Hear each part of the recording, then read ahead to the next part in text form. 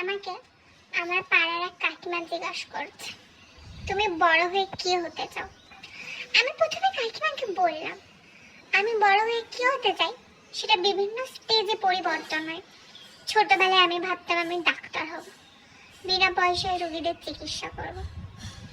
বড় হয়ে দেখলাম টাকা পয়সা আমারই নেই, আমি নিজেই ভিখারি, আমি কি করে লোককে বিনা পয়সায় চিকিৎসা করব।